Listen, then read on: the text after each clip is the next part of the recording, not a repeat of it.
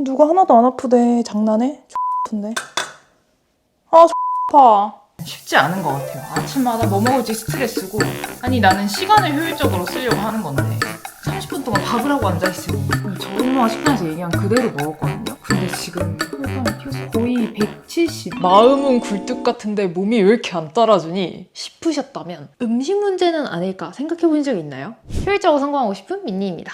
오늘은 제 본캐를 공개하려고 하는데요. 사실 저는 집에서 기미상궁으로 통합니다. 음식에 되게 예민한 체질이라 가족들이 저 먼저 먹어보고 이 음식이 괜찮나 안 괜찮나를 판단하는데요. 보다 나은 생활을 위해 시도해봤던 저속노화 식단에 대해서 알려드리려고 해요. 우리 장의 상태는 뇌랑 직결된다고 하는데 저는 평소에 조금만 잘못 먹어도 일을 제대로 못하거든요. 이런 고민 때문에 15년 동안 저탄고지, 팔레오 식단, 간헐적 단식 등등 모든 식단을 다 시도해봤었어요. 결론부터 빠르게 말씀드릴게요. 첫째, 장점은 저속노화 식단으로 먹는 2주 내내 속이 진짜 편안하고 식욕이 별로 안 땡겼다는 거예요. 다이어트에 굉장히 좋을 것 같아요. 두 번째, 저속노화 식단을 실제로 해보니까 우리가 좀 잘못 알고 있던 게 있었는데 식사만으로 저속노화의 핵심이 되는 혈당을 잡는 거는 좀 어려웠다. 현미밥을 먹었는데도 혈당 수치가 어마어마하게 올라가는 걸 보고서 좀 배신감을 느꼈거든요. 먹는 걸 조절하기보다 다른 방법이 더 좋다고 생각이 됐는데 그건 뒤에서 말씀드릴게요. 세 번째, 2030 1인 가구로서 이건 못할 짓이다. 밀프렙을 추천을 드리고요. 추천 제품이랑 제가 했던 방법은 뒤에서 또 알려드리도록 하겠습니다.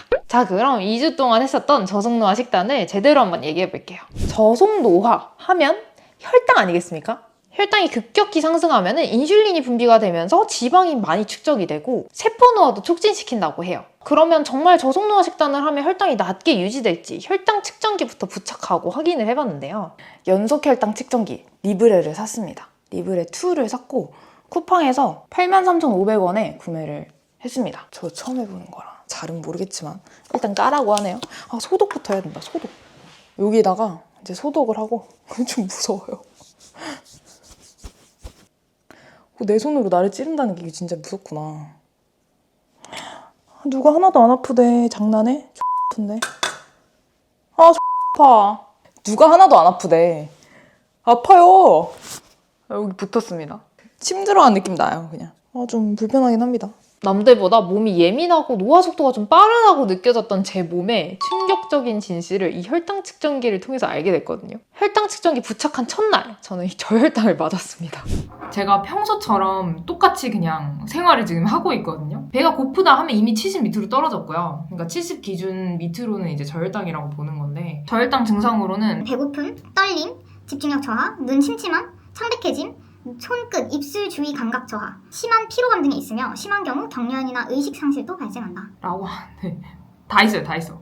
배고프고 떨리고 집중력 저하 당연히 있죠. 눈 침침한 거 있고 뭐 창백해진 거 제가 거울을 잘 안 봐서 그건 잘 모르겠는데 감각 저하는 이게 제가 뭐 어디 잘 부딪히거든요. 뇌가 약간 멍해진다. 브레인 포그 같다. 라고 하는 게 사실은 다 저혈당 증상이었던 것 같다. 저혈당 증상이라는 생각을 못했던 것 같아요. 약간 그냥 배가 고프니까 힘이 없다 이 정도로 생각을 했었는데 제 몸한테 너무 미안해지네요. 제가 식사를 자주 거르고 막 일을 계속 하다 보니까 좀 어지러움을 느끼는 경우가 굉장히 많이 있었었는데 이게 저혈당 때문이라는 생각을 진짜 추호도 못했었어요. 이날도 운동을 해야 돼서 점심을 미루고 있었었거든요. 그런데 앞이 막 이렇게 어지럽더니 혈당 측정기를 보니까 60을 밑으로 해서 58 막 이렇게까지 내려가더라고요. 음식을 제때제때 먹어야 되겠다 이 생각이 팍 들게 됐던 순간이었습니다. 또 그 다음날은요 혈당이 급격하게 상승을 했습니다. 저탄고지 식단이 몸에 좀 배어 있어서 설탕이 든 음식을 그렇게 많이 먹지 않거든요. 음료수 잘 안 마시고. 저 쌀밥이랑 수육 가지고 설렁탕을 그냥 해서 먹는 게 거의 일상인데 혈당이 아주 팍 치솟더라고요. 이렇게 그래프가 아까 140까지 올라갔었어요. 지금 이제 고점을 찍고 내려오는 상황이거든요. 그러니까 제 인생은 저혈당과 혈당 스파이크의 반복이었던 거예요.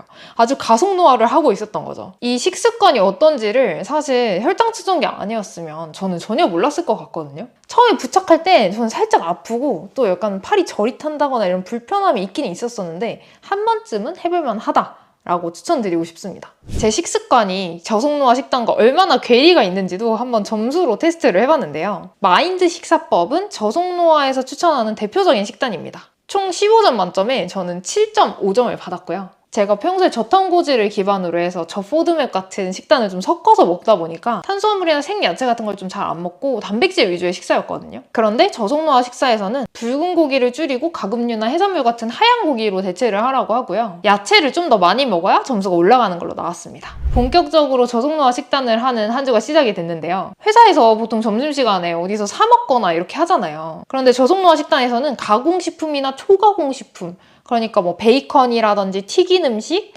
단순 당으로 이루어진 밀가루 음식 이런 것들을 다 배제하라고 하다 보니까 밖에서 사 먹을 수 있는 메뉴 제한이 엄청 심하더라고요. 이거 먹을까? 안 되는데? 안 되는데? 계속 이렇게 되더라고요. 그 말인즉슨 내가 재료를 직접 골라서 메뉴를 만들어 먹어야 된다는 건데 저속노화 책에 보면은 뒤에 엄청난 레시피들이 막 써져 있거든요. 근데 이거 저 2030은 못한다고 봅니다. 보시면은 막 샌드위치를 만드는데 야채 얼마나 비싼데요. 막 토마토도 넣어야 되고 오이도 넣어야 되고 양파도 넣어야 되고 돈 많이 들 것 같은데. 단호박찜, 유자청 드레싱, 이런 거 참 저도 먹고 싶죠. 근데 이거 어떻게 해 먹어 이거. 벌써부터 지금 난관이 예상된다. 이거 어떻게 하나요, 이거를? 거의 뭐 구첩반상이더라고. 저는 못합니다. 나름 그래서 좀 건강하게 챙겨 먹어보겠다고 막 루꼴라 같은 거 사고 당근 올리브유에 막 구워서 먹고 이러는데 아침 챙겨 먹는데 준비만 30분이 소요가 되더라고요. 진짜 저속노화 식단은 쉽지 않은 것 같아요. 아침마다 뭐 먹을지 스트레스고 30분 동안 밥을 하고 있는 것도 너무 스트레스고 아니 나는 시간을 효율적으로 쓰려고 하는 건데 30분 동안 밥을 하고 앉아있으니 이게 뭐 하는 건가. 진짜 맛없어.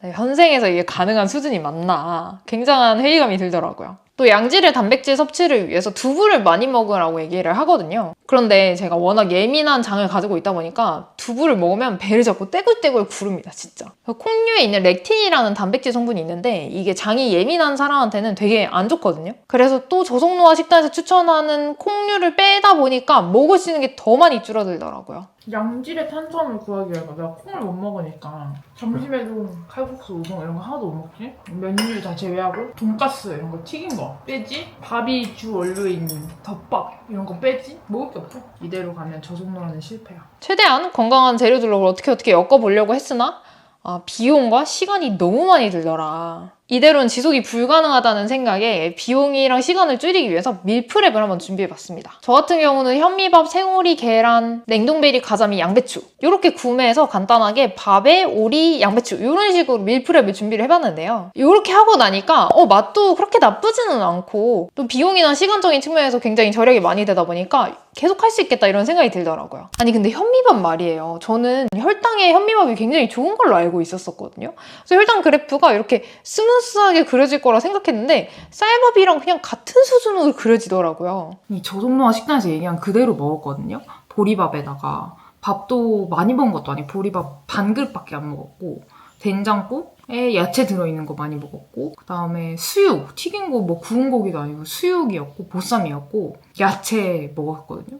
근데 지금 이렇게까지 혈당이 튀었어요. 이게 거의 170 정도 된 것 같거든요. 이게 제가 그나마 운동 가서 바로 급격히 하락했는데 운동 안 나갔으면 여기서 더 올라갔을 수도 있을 것 같다. 이게 맞나 싶네요. 물론 올라가는 속도는 조금 더디다고는 하긴 하지만 그렇게 큰 차이는 나는 것 같지 않아서 굉장한 배신감이 들었습니다. 그리고 저속노화 식단이라는 이 식단을 하는 동안 딱히 혈당 그래프가 균일했던 적은 없었던 것 같아요. 아니 혈당을 많이 높이지 않는 게 저속노화의 핵심이라고 알고 있는데 저속노화 식단을 그대로 따라해도 혈당에는 큰 차이가 없다.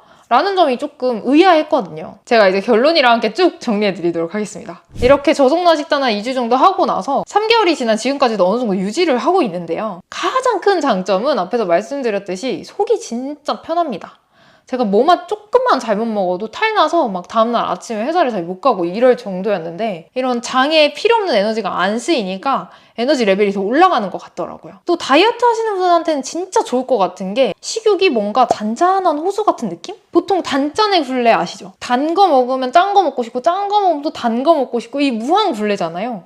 그런데 자극적이지 않은 음식들을 먹다 보니까 식욕이 그렇게 많이 생기지 않는 그런 느낌이 들더라고요. 그런데 저속노화 식단을 따라해도 혈당이 그렇게 크게 내려가지는 않았는데 그럼 혈당은 도대체 어떻게 낮추냐? 결론은 그냥 먹고 싶은 대로 먹고 나서 움직이는 거. 그냥 그게 짱인 것 같아. 현미고 쌀이고 뭐 이런 걸 먹는 게 중요한 게 아닌 것 같아요. 설탕이 든 게 혈당을 치솟게 하는 건 맞긴 하지만 한식 식단을 보면 뭐 고추장이라든 찌개 이런 데에도 설탕이 되게 많이 들어가거든요. 그렇다고 이걸 매번 밥을 내가 해서 먹을 수도 없는 노릇이고 하니까 결국 먹자마자 일어나서 걷는 게 최선의 방법이었습니다. 이게 혈당 측정기를 부착하고 나서 보니까 먹기 시작한 후로부터 한 15분 정도 지나면 혈당이 서서히 올라가기 시작하더라고요. 그리고 40분 정도가 되면 피크를 칩니다. 식사가 끝날 즈음이 되면은 이미 혈당이 피크를 향해 달려가고 있는 상황인 거예요. 잠깐 앉아서 얘기 좀 하자 싶으면은 인슐린 팡팡, 노화도 팡팡팡 이렇게 되는 거죠. 밥을 다 먹자마자 그래서 엉덩이를 떼고 바로 움직여야 됩니다. 걷는 것보다는 확실히 뛰는 게 그 혈당이 낮아지는 데 좋았고요. 걸으려고 하면 조금 오래 걸어야 되더라고요. 그래서 먹고 나면 숟가락을 내려놓으면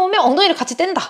요거를 생활화 해놓으면 혈당 유지에 좀 도움이 될 것 같다라는 팁 하나 드립니다. 또 1인 가구로서 현생에 적용 가능한 시간이랑 돈을 아끼는 저속노화 식단을 좀 알려드리자면 모든 제품은 쿠팡에서 저는 구매했고요. 아침은 반숙란이랑 냉동베리를 먹습니다. 생베리 먹으려면 너무 비싸요. 그런데 냉동베리도 비타민 손실이 크게 많지는 않다고 하더라고요. 점심으로는 밀프렙, 그러니까 밥을 먼저 해서 얼려놓은 걸 가지고 가서 잠깐 녹여서만 먹는 그런 형태를 추천드리는데 소금간만 한 오리고기에 찐양배추 그리고 밥 조금 이렇게 먹는 게 가장 간편했고요. 고기를 듬뿍 넣은 카레를 하는 것도 좋았습니다. 생선은 저는 주로 가자미를 먹었었는데 요새 한 개씩 개별 포장되어 있는 생선들이 되게 많거든요. 그걸 활용해보시는 걸 추천드립니다. 저녁은 이미 밀프렙 형태로 나와 있는 고기 볶음밥 같은 게 있는데 거기다가 수란, 요새는 또 수란도 팔아요. 그래서 수란 하나 딱 깨서 올려서 비벼 먹으면 딱 괜찮았었고요. 닭가슴살과 밥, 양배추 이런 식으로 아예 다이어트 식단처럼 드시는 것도 괜찮을 것 같습니다. 또 가끔 외식을 해야 된다고 하면은 삼계탕 이런 가금류 위주로